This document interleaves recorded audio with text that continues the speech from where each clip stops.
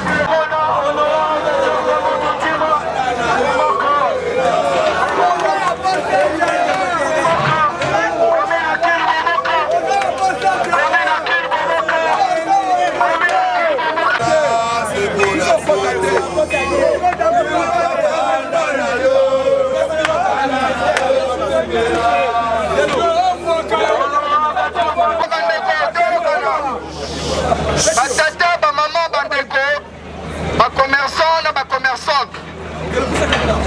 Lelo bomoni molobeli ya bana commune de Kinshasa pour la deuxième fois. Honorable Jeff Bwambutu Oboyo Kaka, Ayel Susu, on a rappel. Bandeko na biso ba commerçant. Toyo Kalambalam. Ba bengani mutute. Mikanda eza clair.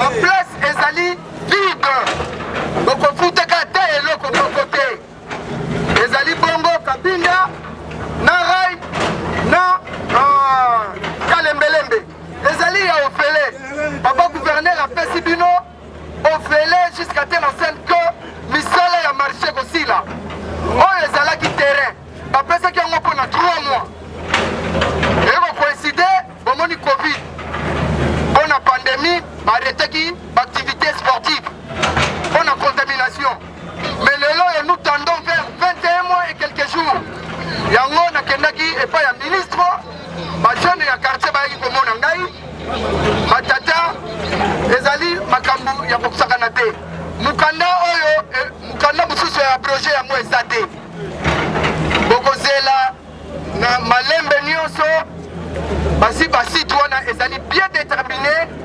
baresponsable ya basite bazali ya Kabinda azali boyebi ye responsable mama wana ya mwasi na Rai mpe azali papa Patrick bazali wana bakofaire enregistre bino oyo balingi bakende na basite wana mpona site na yo na kimia nyonso bakosa bino te oyo ezali terrain ya masano ya bajeune ya commune de Kinshasa tozo koyokana boyoki ngai le peuple nalobi lisusu tozo respecte mibeko toye kosala mobulu te mpo mobulu mpe ezalaka te bake kofunda oyo biso tokosala mobulu eza te toyokaka kosala rappel mpona le 22 toyoki oyo akotia motu makasi la force reste à la loi toyokani merci beaucoup esika na bino oyo bozalaki koteka kebaya kodeloge bino je sais que ça fait très mal mais il faut bien comprendre eloko moko vous devrez comprendre quelque chose terrain oyo ezali terrain ya jeunesse ezali terrain mpona koya koteka te ezali mpona koya koteka te batiaki bino mpona raison ya pandémie esi esili alors lettre yango oyo ezali oyo eza ministre asigné botika parce que bapesaki bino pour 3 mois toza déjà na 2 ans et 1 mois tosengi na bino na bokebi nyonso tute na malembe nyonso bolibere terrain le 22 avril tokozala awa lettre yango oyo soki oza motu ya mayele kosala motu makasi te amoi kozala zoba soki oza mayele lettre yango si vous avez besoin de la lettre on va vous donner la lettre s'il y a quelqu'un qui est intelligent il peut venir lire la lettre ici et on photocopie on vous donne si vous en avez besoin la lettre est là cette lettre oyo ministre oyo apesaki bino place ye akomi yango na ordre ya Mesembaka alors merci beaucoup j'espère que boyoki le 22 tokozala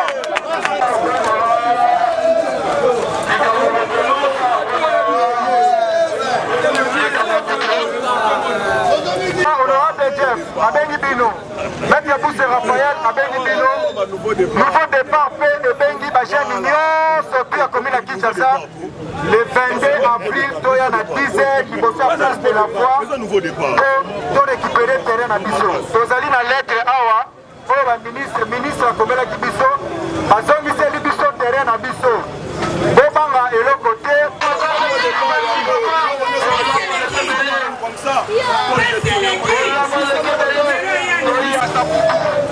place ekoma sandu to récupérer terrain na biso kuluna ekufa bana na biso bakomi bakuluna esika kosakana ezali te tobundi na papa Jeff na papa Buse oyo ezali evenema monene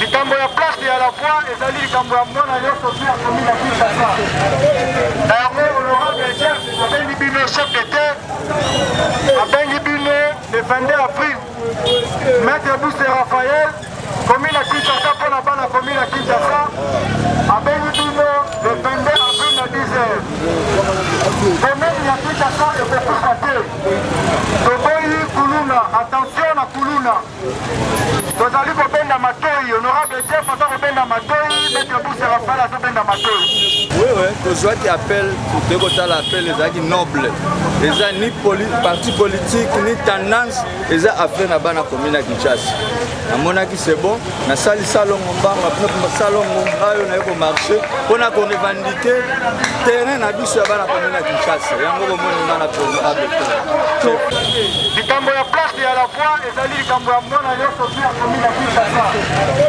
yango honorable chef abengi bino chef d'état abengi bino le 22 avril maître Buse Raphaël commune ya Kinshasa mpona bana commune ya Kinshasa abengi bino le 22 avril na 10h commune ya Kinshasa ekokufa te toboyi kuluna attention na kuluna tozali kobenda matoi honorable chef aza kobenda matoi maître Buse Raphaël azobenda matoi. Signalons que la commune de Kinshasa, unie derrière son député provincial, l'honorable Djobombo Tunjima, pour l'intérêt général de la commune de Kinshasa. Le rendez-vous est donc pris pour ce vendredi 22 avril 2022, car la force reste à la loi, Dixis, l'honorable Djobombo Tunjima. Nul n'est au-dessus de la loi.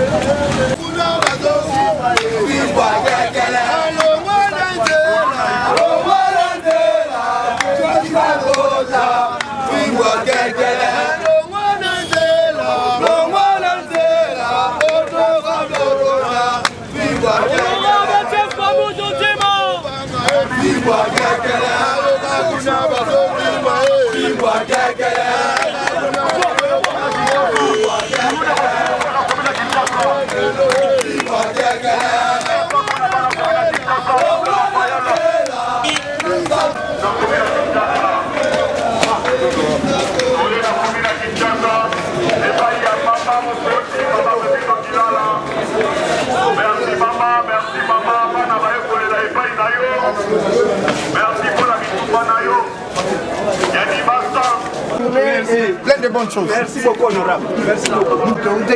On a remercié parce que il nous a assisté. On a un message d'autorité groupé sur la place de la voix. On dit que c'est là qui nous calme. Donc le ministre a libéré l'espace one. Le soir tout ça qui descend et il y a juste pour nous rappeler Bango. Pour la délocalisation de Bango parce que la place ezali na Kabinda ba messe ezali eza vide solo que na rai ba messe ezali eza vide ba ko se faire enregistrer parce que le 22 biso na bino to koma kuna to bimisi Bango. La force reste à la loi. La loi est dire mais c'est la loi. Comme nous avons des documents prouvant que non, ils doivent libérer cet espace. Donc nous sommes là le 22. Nous sommes pour nous rappeler Bango, pour Gayangoyo, pour se faire enregistrer place de la ville dans le site. Pour les Salamaki, ezalaki na travail oyo esalamaki na commission monene na assemblée nde basalaki commission wana baponaki bacitoyen mais à notre grande surprise jusque là balingaka kokende te nous tendons vers 22 mois maintenant parce que ezalaki 3 mois bapesaki bango et que coïncider na événement ya pandémie ya Covid au chef de l'état azwaki mokano ya kokanga baactivité sportive nyonso na toute na étendue nyonso alors ntango ye moko azwi mesure ya kolongola mesure ya Covid donc il fallait l'activité ezonga yango nasalaki badémarche wana na komi lelo nde ezalaki à partir de dimanche ministre omeli biso positivement que nazongiseli bino terrain alors biso mpe tozozela délai parce que bakoki kobengana bato te apesaki bango délai ya 45 jours po balibere terrain bango motu moko azali wana aza kopesa motu makasi epai ya bakomersa babima te mpona kocréer incident ezali bongo monsieur Didier Luma po biso toza na mikanda naza sir colonel aza na mokanda bakosalela bino kopi bakopesa bino mokanda mpona levende bobongama kotinda basoda sur place mpona kobimisa nakokomela bino ngo mpe officiellement ndenge nakomaka kaka natindelaki bino na descente lelo nakomelaki bino nayebi te parce que administration na bino aza na mokanda nango yango omonaki colonel atindaki sécurité na sur place mpona kosécurize biso parce que ezalaki mobulu te topesi mpe message to mobulu eza nalingi kozala vendredi bosala bo mpe bosala moyen vendredi prochain le 22 avril nakosenga na bino nakoya tosala na bino séance à travail elongo na bandeko ya komi de kinshasa mpona délocalize bango donc lokola lelo toza samedi plus tard lundi ou mardi na kozala parce que nakokende mpe koyebisa en général nakopesa ye mpe kopi na ye po amonaka ye po sécurité ezala wana babimisa biloko na bango malembe au cas contraire la force reste à la loi parce que nul n'est au-dessus de la loi nous soumettons à la loi même ezalaka ye moko chef de l'état ase soumettaka meme mboka mboka pourquoi pas biso voilà donc yango naye koyebisa yo naye koyebisa mo colonel ye eza représentant na ye message ekoma. Merci beaucoup, Moura. N'apprécie mingi, surtout l'encadrement au sali. Moni présence na yo, na bateau balandi yo, voyez vraiment la kimia ya malam. Donc là, c'est vraiment félicitations. Merci. Merci. À part là, je vais transmettre un message au lobby, pour transmettre à moi par commandant. Et puis, n'hésitez si vous êtes en contact avec Madame Bourmès à ce sujet. Ouais. Elle connaît les dossiers. Ah, elle connaît déjà les parce dossiers. Que je lui ai réservé une copie. Elle a notre copie d'aujourd'hui, d'activité d'aujourd'hui, même la lettre du VND. Elle a aussi sa copie. Parce que le ministre l'a réservé. Donc nous sommes dans les bons, il n'y a pas peut-être d'incident ou alors de tout ça. Merci. Mais ce ne serait pas que vous veniez encore avant le 22, mais c'est ça le voir personnellement, c'est ça que rencontrer dans le privé. De toute façon, je vous verrai, c'est lundi. C'est lundi. Hein? Merci. Merci beaucoup. Ok, merci beaucoup. Allez, mon rappel. Honorable Adjak Wabuto Njima, Dukil Kokoya, champion Bigoya Paka, champion Batika, activiste à droit de l'homme, Fobina Kinshasa, je confirme et je réaffirme ma maman, Pepito Kilala, Wonder Woman, bon, na moment où toza sur la terre on peut ça bonjour parce que to bandaki na yo ne to keti na terrain la fois faut ça lui rappelle peut rappeler batouana que le 22 bokozonga wana pour que ba libérer terrain ah on a resté je crois ils a point de chiffres dernier mot les anini pour la population bazona même naza sur la journaliste bomoni ndenge tosali tourner na presque commune Mobimba 4 coins na ba recoin ya commune. Topesi kaka message que tozala vendredi le 22 avril biso nyonso ebele parce que yango on a délai il y a papa ministre Ilwa Babanga Paulin et après ça qui biso mukanda le 8 mars. Donc après ça qui bango délai de grâce il y a moratoire il y a 45 jours pour nous libérer terrain. Alors ndenge oyebi mboka nyonso etambolaka na mibeko. Moto moko te aza likolo ya mibeko. Même hier moko chef de l'État, son excellence Félix Antoine Tshilombo aza na se ya mibeko. Même papa gouverneur aza na se ya mibeko. Même biso pe ba député balobeli ya bino ba peuple toza na se ya mibeko. Elingi kolakisa ke nul n'est au-dessus de la loi. La force reste à la loi. Le peuple d'abord. Le peuple d'abord. Nasengi na bandeko na nga ya commune de Kinshasa tozala mingi mukolo ya le 22 vendredi le 22 avril pona kokokisa Nikolo oyo papa ministre apesaki na responsable ya point focal wana ya marché wana. Ezalaki vraiment marché te parce que bapesaka yango pour 3 mois. Et ko coïncider na Covid, na pandémie oyo boyebi mokonza mboka azwaki mokano ya ko arrêter muke ba activité sportive. Mais kaka ye moko mokonza mboka papa Félix Antoine Tshilombo a levaki mesure wana il fallait ki ba activité sportive ezongela misala na yango. Bana commune de Kinshasa baza na terrain mususu te soko tamboli yango na terrain kaka bonko wana eza lisu na bango ba site pe ezali polele ezali bongo kabinda batonga ba mesa batu bazalaka te ezali rai batonga ba mesa bazalaka te batu basalaki commission wana ezali ba député biso ba député to salaki commission pona ko aider gouverneur papa gouverneur Jantini Ngobila pona kozwa ko déplacer ba mama na batata oyo balukaka mwa mbongo na bango lo meya pona kolesa ba libota na bango ba vanda wana à titre gratuit jusqu'à telle enseigne que misala ya marché central ekosila. OK, honorable s'il vous plaît. On a le bail que mobulu ezalate. Tu pour la mobulu te. Mais tout le monde a déjà bras de fer au sala makuna. Yango tunute bana le 22 wana. Bino ba robimisa bango. La police est robimisa bango et vous en nini. Pour tout le monde a dit que non mbutu et vous allez dire le 22 wana. Donc papa journaliste, c'est simple. Nul n'est au-dessus de la loi. Mibeko ezotambusa biso tokokende kuna kosala pe mobulu te. Parce que ensemble ezali. Soki ya boyi kobima biso toko forcer ete. Toko tika esiko toko tala mibeko. Elobi nini? Po mukolongo eza la police muteko zala wana. Biso toko ya ko acclamer pour toko zwa terrain na biso. Rango yo batata ba mamba ba commerçant baza na place de la voie. Tango yango yo bakosa bino te. Mukanda mususu enile mukanda ya papa ministre ezate. Batika kokotisa papa gouverneur na makambo oyo. Papa gouverneur azali au sommet ya ville.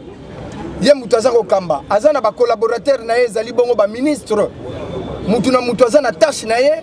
Oyo ya sport Monique Teresa ya ye. Uwenze etali makambo ministre de l'intérieur. Atike la ye terrain na ye ndinga sa komaki. Mutu akosa bino te oyo azako tinda bino na mabe. Le peuple d'abord. Mais honorable, non, c'est là. Parlons du gouverneur. Pour l'obélir au papa gouverneur, Azaï n'a pas représentant n'a ministre, Kassi, Toyeba. Et ça retambola dans les réseaux sociaux, na ma chaîne YouTube qui est papa gouverneur avant ça qui yo. Monsieur Didier Lola, et l'on ministre provincial en charge du sport. Hier gouverneur appelle ça qui bino ordre qui est beau sursoir dossier wana to éviter to ngito soir éclaircissement pas na mot pour le bio européen aux ala ki wana bien sûr papa journaliste mais mokozombo comme mokonzi ya ville alobi alingi koyoka makelele te bokende kosilisa dossier elingi koloba te ke batika mutu wana ekomi wenze ezaki wenze te alobi to landa ndenge procédure ya papa ministre asali to respecter ba délai na mibeko to le respecter délai oyo papa ministre atiaki na mukanda eza mibeko Merci. Merci. Ok. Donc je crois que vous avez suivi l'honorable député. Il a répondu à vos questions. La lettre, elle est là. La lettre, elle est là. Il n'y a pas une autre lettre approchant cette lettre. Donc nous demandons tout simplement, na ba occupant ya place wana ba libérer calmement place ya jeunesse. Ndenge honorable a lobby que la force reste à la loi. Je crois qu'on vient de discuter avec pour la police l'encadrement de sécurité à place wana. Donc le jour la police va faire son travail. Vous comprenez? La police va faire son travail. À déloger bango calmement, à délocaliser bango pour amener bango place oyo bapesi bango et gratuit. Place où on est pesa meli bango gratuit. Nous profitons de l'occasion pour remercier le chef de l'État d'abord. Parce que dans son slogan, le peuple d'abord, il a pensé aussi au peuple de la commune de Kinshasa. Et nous profitons pour dire merci aussi monsieur le gouverneur Jean-Tini Mbaka Ngobila et au ministre, vive la commune de Kinshasa. Merci.